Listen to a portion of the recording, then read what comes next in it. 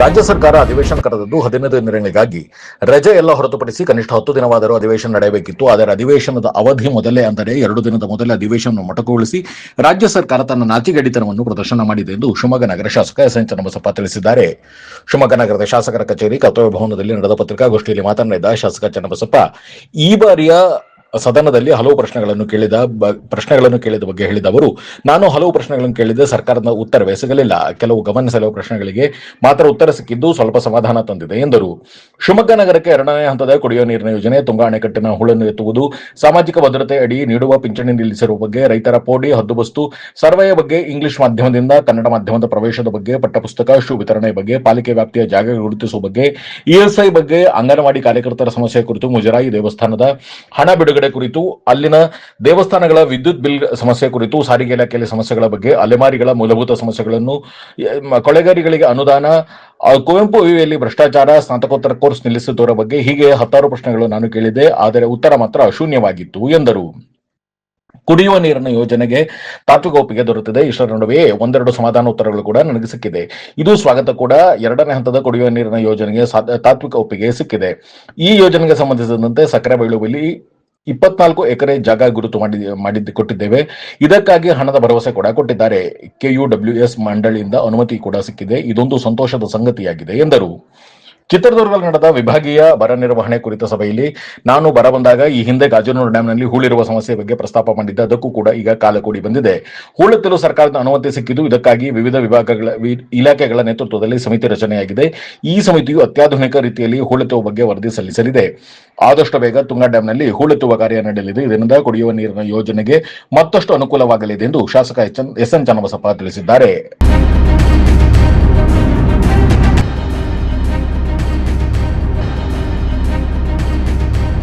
ಒಂದು ಸಣ್ಣ ಬ್ರೇಕ್ ನಂತರ ಶಾಸಕ ಚನ್ನಬಸಪ್ಪ ಕುಡಿಯುವ ನೀರಿನ ಘಟಕದ ಬಗ್ಗೆ ಏನು ಹೇಳಿದ್ರು ಕೇಳೋಣ ಬನ್ನಿ.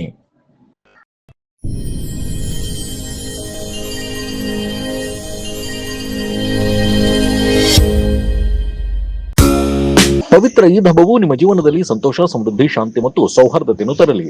ಶುಭ ಕೋರುವವರು ರಿಯಾಜ್ ಅಹಮದ್, ಅಧ್ಯಕ್ಷರು, ಶಿವಮೊಗ್ಗ ಪೀಸ್ ಆರ್ಗನೈಸೇಷನ್. ನಿಮ್ಮ ನೆಚ್ಚಿನ ನ್ಯಾಷನಲ್ ಗೋಲ್ಡ್ ಅಂಡ್ ಡೈಮಂಡ್ ವತಿಯಿಂದ ವರಮಹಾಲಕ್ಷ್ಮಿ ಹಬ್ಬದ ವಿಶೇಷ ಕೊಡುಗೆ.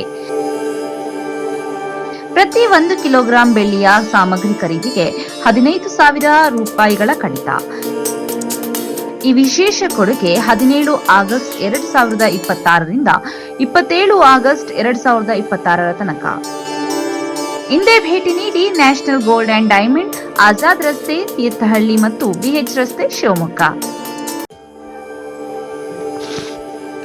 ನಾಡಿನ ಸಮಸ್ತ ಜನತೆಗೆ ಶ್ರೀಕೃಷ್ಣ ಜನ್ಮಾಷ್ಟಮಿಯ ಶುಭಾಶಯಗಳು. ಸೆಪ್ಟೆಂಬರ್ 4, 2026ರಂದು ಶ್ರೀಕೃಷ್ಣ ಜನ್ಮಾಷ್ಟಮಿ ಪ್ರಯುಕ್ತ ಶಿವಮೊಗ್ಗದ ಇಸ್ಕಾನ್ ವತಿಯಿಂದ ಶ್ರೀಕೃಷ್ಣ ಜನ್ಮಾಷ್ಟಮಿ ಮಹೋತ್ಸವದ ಅಂಗವಾಗಿ ವಿಶೇಷ ಕಾರ್ಯಕ್ರಮಗಳನ್ನು ಆಯೋಜಿಸಲಾಗಿದೆ. ಶ್ರೀಕೃಷ್ಣ ಸನ್ನಿಧಿಯಲ್ಲಿ ಹರಿನಾಮ ಸಂಕೀರ್ತನೆ, ಸಾಂಸ್ಕೃತಿಕ ಕಾರ್ಯಕ್ರಮ, ಮಹಾಭಿಷೇಕ, ಪ್ರವಚನ, ವೈಭವ ಆರತಿ, ತೊಟ್ಟಿಲೋತ್ಸವ, ನಂತರ ಸರ್ವರಿಗೂ ಮಹಾಪ್ರಸಾದ ವಿತರಣೆಯಾಗಲಿದೆ. ದರ್ಶನ ಮತ್ತು ಪ್ರಸಾದ ವಿತರಣೆ ಸಮಯ ಬೆಳಗ್ಗೆ 8ರಿಂದ ರಾತ್ರಿ 8 ಗಂಟೆಯವರೆಗೆ.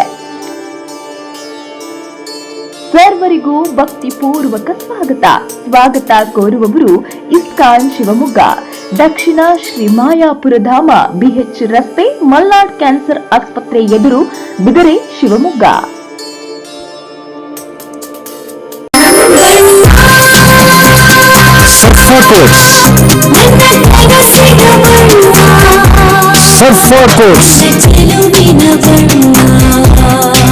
ಸರ್ಫಾ ಕೋಟ್ಸ್ ರವರ ಸುದೀರ್ಘ ಬಾಳಿಕೆಯ ಸುಂದರವೂ ಆದ ಜಲಾಧಾರಿತ ಪರಿಸರ ಸ್ನೇಹಿ ಪೇಂಟ್ಗಳನ್ನೇ ಬಳಸಿ. Surfa luxury emulsion paint, odourless, low VOC, good for health, good for earth. Surfa quotes.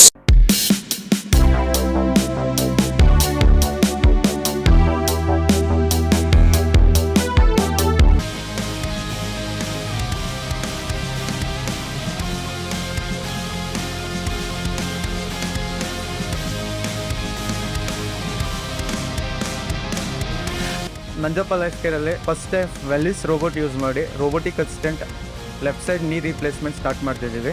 ಆ system is directly from USA imported one. So ತುಂಬ ಜನ ಕೇಳ್ತಾರೆ ರೋಬೋಟಿಕ್ ರಿಪ್ಲೇಸ್ಮೆಂಟಿಗೂ ಕನ್ವೆನ್ಷನಲ್ ರಿಪ್ಲೇಸ್ಮೆಂಟಿಗೂ ವ್ಯತ್ಯಾಸ ಏನಂತ.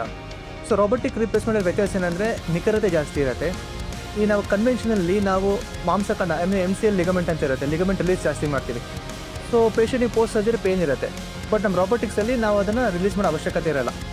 ಮತ್ತು ಮೊಬಿಲಿಟಿ, ಅರ್ಲಿ ರಿಕವರಿ ಇರುತ್ತೆ, ಮತ್ತು ಅಲೈನ್ಮೆಂಟ್ ಪ್ರಿಸೈಸ್ ಬರುತ್ತೆ. ಇದರಲ್ಲಿ ಡಿಫ್ರೆಂಟ್ ವೇರಿಯೇಷನ್ ಬರುತ್ತೆ. ಒಂದು ಕೈನೆಮ್ಯಾಟಿಕ್ ಅಲೈನ್ಮೆಂಟ್ ಅಂತ ಕರಿತೀವಿ, ಒಂದು ರಿವರ್ಸ್ ಕೈನೆಮ್ಯಾಟಿಕ್ ಅಲೈನ್ಮೆಂಟ್ ಅಂತ ಕರಿತೀವಿ. ಸೊ ಈ ಸಿಸ್ಟಮ್ ನಮಗೆ ಸರ್ಜನ್ಸ್ಗೆ ರಿಯಲ್ ಟೈಮ್ ಇಮೇಜಿಂಗ್ ಕೊಡೋದ್ರಿಂದ ನಮಗೆ ಎಷ್ಟು ಆ್ಯಕ್ಯುರೇಟಾಗಿ ಬೋನ್ ಕಟ್ ಮಾಡಬೇಕು ಮತ್ತು ಎಷ್ಟು ಆ್ಯಕ್ಯುರೇಟಾಗಿ ಹ್ಯಾಂಗಲಲ್ಲಿ ಇನ್ಸಿಷನ್ ತಗೋಬೇಕು ಅನ್ನೋದಕ್ಕೆ ಹೆಲ್ಪ್ ಆಗುತ್ತೆ.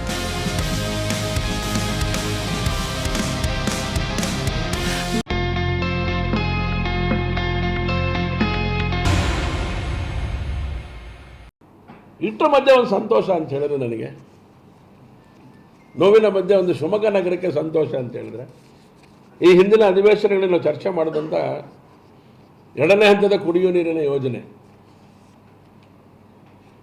2ನೇ ಹಂತದ ಕುಡಿಯುವ ನೀರಿನ ಯೋಜನೆಗೆ ಒಂಥರ ತಾತ್ವಿಕವಾಗಿ ಒಪ್ಪಿಗೆ ಸಿಗುವಂಥ ರೀತಿಯೊಳಗಡೆ ನಮಗೆ ಉತ್ತರ ಬಂದಿರುವಂಥದ್ದು. ಹೋದ ಬಾರಿ ಚರ್ಚೆ ಮಾಡಿದಾಗ ಅದಕ್ಕೆ ಬೇಕಾಗಿರೋಂಥ ಸಂಗತಿಗಳನ್ನು ಜೋಡಿಸ್ಕೊಳ್ತೇವೆ, ಮಾಡ್ತೇವೆ ಅನ್ನೋಂಥ ಮಾತನ್ನು ಸುರೇಶ್ ಅವರು ಹೇಳಿದರು. ಈ ಬಾರಿ ಮತ್ತೊಮ್ಮೆ ಅದಕ್ಕೆ ಸಂಬಂಧಪಟ್ಟಂಥ ಪೂರಕವಾದಂಥ ಪ್ರಶ್ನೆಯನ್ನು ಕೇಳಿದ್ದೆ ನಾನು. ಅದಕ್ಕೆ ಉತ್ತರ ಕೊಟ್ಟಿದ್ದಾರೆ. ಜಾಗದ ಅಗತ್ಯತೆ ಇತ್ತು, ಅವಶ್ಯಕತೆ ಇತ್ತು. ಜಾಗನೂ ಕೂಡ ನಾವು ಐಡೆಂಟಿಫೈ ಮಾಡಿದ್ದೇವೆ. 24 ಎಕರೆ ಜಾಗ ಎಲ್ಲಿ ಅಂತ ಗುರುತು ಮಾಡಿ ಕೊಟ್ಟಿದ್ದೇವೆ. ಜಾಗದ ಲಭ್ಯತೆಗೆ ಅನುಗುಣವಾಗಿ ಯೋಚನೆ ಮಾಡ್ತೇವೆ ಅಂತ ಹೇಳಿತ್ತು ಮುಂಚೆ ಸರ್ಕಾರ. ನಾವು ಮತ್ತೊಮ್ಮೆ ಗಮನ ಸೆಳೆಯುವ ಸೂಚನೆಯಲ್ಲಿ ಬಂದಂಥ ಪ್ರಶ್ನೆಗೆ ಉತ್ತರ ಬಂದಿದೆ. ಸ್ವಲ್ಪ ಸಮಾಧಾನ ಆಗಿರುವಂಥ ಒಂದು ಉತ್ತರ. ಇದು ನನಗೆ ಸಂತೋಷ ಆಗಿರುವಂಥ ಸಂಗತಿ. ಫೈಲ್ ಬಿಲ್ಡಪ್ ಮಾಡಿ ಜಿಲ್ಲಾಧಿಕಾರಿಗಳಿಂದ ಅವ್ರ ಜೊತೆ ಮಾತುಕತೆ ಮಾಡಿದಂಥ ಪರಿಣಾಮ ಈ ಜಾಗಕ್ಕೆ ಬೇಕಾಗಿರುವಂಥ ಸಕ್ಕರೆಬೆಲೆಗಿರುವಂಥ 24 ಎಕರೆ ಜಾಗವನ್ನು ನಾವು ಉಪಯೋಗ ಮಾಡ್ಕೊಳ್ಳಿಕ್ಕೆ ಸ್ವಲ್ಪ ಅವಕಾಶ ಆಗ್ತಾ ಇದೆ. ಅದಕ್ಕೆ ಬೇಕಾಗಿರೋ ಹಣ ಮಂಜೂರಾತಿ ಇದಕ್ಕೆ ಸಂಬಂಧಪಟ್ಟಂತೆ ಮಂಡಳಿಯ ಸಭೆಯಲ್ಲಿ ಚರ್ಚೆ ಆಗುತ್ತೆ. ಮಾಡ್ತೇವೆ ಅಂತ ಹೇಳಿದೆ, ಭರವಸೆ ಕೊಟ್ಟಿದೆ ಸರ್ಕಾರ.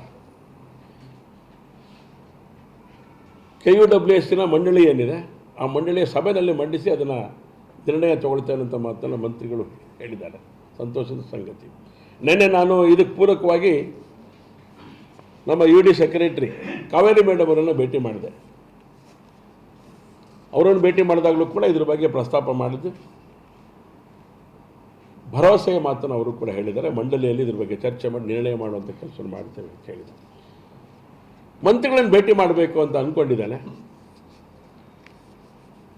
ಬುಧವಾರ ಗುರುವಾರ ಕಮಿಟಿ ಮೀಟಿಂಗ್ ಹೋದಂಥ ಸಂದರ್ಭದಲ್ಲಿ ಮಂತ್ರಿಗಳನ್ನು ಕೂಡ ಭೇಟಿ ಮಾಡಿ ಇದ್ರ ಬಗ್ಗೆ ಇನ್ನೊಂದಷ್ಟು ಚರ್ಚೆ ಮಾಡಿ ಸುದೀರ್ಘವಾಗಿ ಇದಕ್ಕೆ ಬೇಕಾಗಿರುವಂಥ ಅನುದಾನವನ್ನು ಬಿಡುಗಡೆ ಮಾಡಿಸೋದ್ರಲ್ಲಿ ಯಶಸ್ವಿ ಆಗುವಂಥ ನಂಬಿಕೆ ಈ ಉತ್ತರದಿಂದ ನನಗೆ ಬಂದಿದೆ ಅಂಥೇಳಿ ನಾನಂತ ಭಾವಿಸ್ತೇನೆ. ಹಾಗಾಗಿ ಅದೊಂದು ಸಂತೋಷವಾದಂಥ ಸಂಗತಿ. ಆಗಬೇಕಾದಂಥ ಕಾರ್ಯಗಳು ತುಂಬ ಇದೆ. ಕೇಳಿದಂಥ ಚರ್ಚೆಗಳನ್ನು ತುಂಬ ಕೇಳಿದ್ದೇನೆ, ಪ್ರಶ್ನೆಗಳನ್ನು ತುಂಬ ಕೇಳಿದ್ದೇನೆ ನಾನು. ಇನ್ನೊಂದು ಸಂಗತಿ ಬಗ್ಗೆ ನಿಮಗೆ ಚರ್ಚೆ ಮಾಡಬೇಕು ಅಂತ ಅನಿಸುತ್ತೆ ನನಗೆ. ಚಿತ್ರದುರ್ಗದಲ್ಲಿ ನಡೆದಂಥ ವಿಭಾಗೀಯ ಸಭೆ ಇದೊಂದು ಸಂತೋಷಕರವಾದಂಥ ಸಂಗತಿ, ಬೆಳವಣಿಗೆ. ಆ ಸಭೆಯಲ್ಲಿ ಚರ್ಚೆ ಮಾಡಿದೆ ನಾನು. ಬರ ಇದ್ರ ಬಗ್ಗೆ ಚರ್ಚೆ ಮಾಡಲಿಕ್ಕೋಸ್ಕರ ಒಂದು ವಿಶೇಷ ಸಭೆ ಕರೆದಿದ್ದೆ ಸನ್ಮಾನ್ಯ ಮುಖ್ಯಮಂತ್ರಿಗಳ ನೇತೃತ್ವದ. ಅಲ್ಲಿ ನಾನು 2ನೇ ಹಂತದ ಕುಡಿಯೋ ನೀರಿನ ಯೋಜನೆಯನ್ನು ಕೂಡ ಪ್ರಸ್ತಾಪ ಮಾಡಿದ್ದೆ. ಈ ಹಿಂದೆ ಬರ ಬಂದಂಥ ಸಂದರ್ಭಗಳೇ ಶಿವಮೊಗ್ಗ ಗಾಜು ನೀರಿನ ಪರಿಸ್ಥಿತಿ ಏನಿತ್ತು ಅಂತ ಸಂಗತಿನ ಪ್ರಸ್ತಾಪ ಮಾಡಿದ್ದೆ. ಅದೆಲ್ಲ ಗಮನದಲ್ಲಿಟ್ಕೊಂಡು ಒಂದು ಸಲಹೆಯನ್ನು ಹೇಳಿದ್ದೆ ನಾನು ಮುಂಚೆನೂ ಹೇಳಿದ್ದೆ.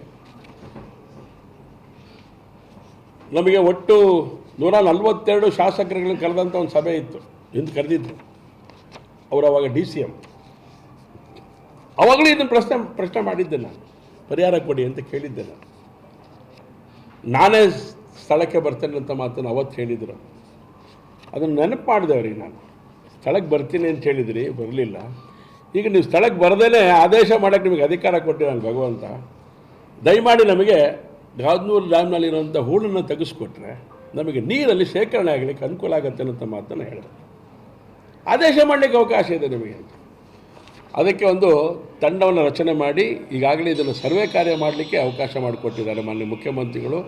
ಖಂಡಿತವಾಗ್ಲೂ ಇದೊಂದು ಒಳ್ಳೆಯ ಒಂದು ಕಾರ್ಯ ಅಂತೇಳಿ ನಾನಂತೂ ಭಾವಿಸ್ತೇನೆ. ಅವ್ರಿಗೆ ಅಭಿನಂದನೆ ಸಲ್ಲಿಸ್ತೇನೆ. ನಾನು ನೋಡಬೇಕಲ್ಲ ಎಷ್ಟಿದೆ ಅಂತ ನೋಡಬೇಕು.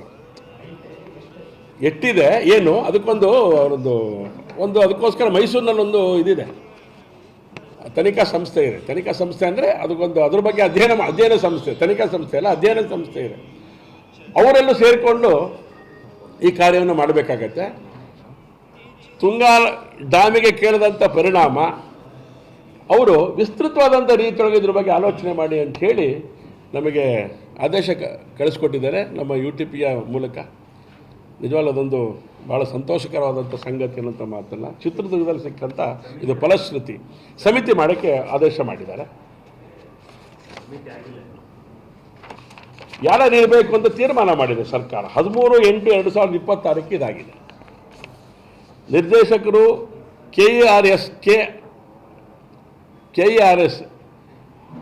KR ಸಾಗರ ಅಧ್ಯಕ್ಷರು, ನಿರ್ದೇಶಕರು ಕಾವೇರಿ ನೀರಾವರಿ ನಿಗಮ ನಿಯಮಿತ ಅವರು ಸದಸ್ಯರು, ತಾಂತ್ರಿಕ ನಿರ್ದೇಶಕರು ವಿಶ್ವೇಶ್ವರಯ್ಯ ಜಲ ನಿಗಮ ನಿಯಮಿತ ಅವರು 1 ಆಫ್ ದಿ ಮೆಂಬರ್, ತಾಂತ್ರಿಕ ನಿರ್ದೇಶಕರು ಕರ್ನಾಟಕ ನೀರಾವರಿ ನಿಗಮ ನಿಯಮಿತ ಸದಸ್ಯರು, ತಾಂತ್ರಿಕ ನಿರ್ದೇಶಕರು ಕೃಷ್ಣಾ ಭಾಗ್ಯ ಜಲ ನಿಗಮ ನಿಯಮಿತ ಸದಸ್ಯರು, ಅಧಿಕೃತ ಇಂಜಿನಿಯರ್ ಜಲವಿಜ್ಞಾನ ಘಟಕ ಅವರು 1 ಆಫ್ ದಿ ಮೆಂಬರ್, ಜಲಸಂಪನ್ಮೂಲ ಇಲಾಖೆ ಕಾರ್ಯದರ್ಶಿಗಳು. ಇದಷ್ಟನ್ನು ಕೂಡ ಹ್ಯಾಂಡಲ್ ಮಾಡಬೇಕು ಅಂತ ಹೇಳಿದ್ದಾರೆ.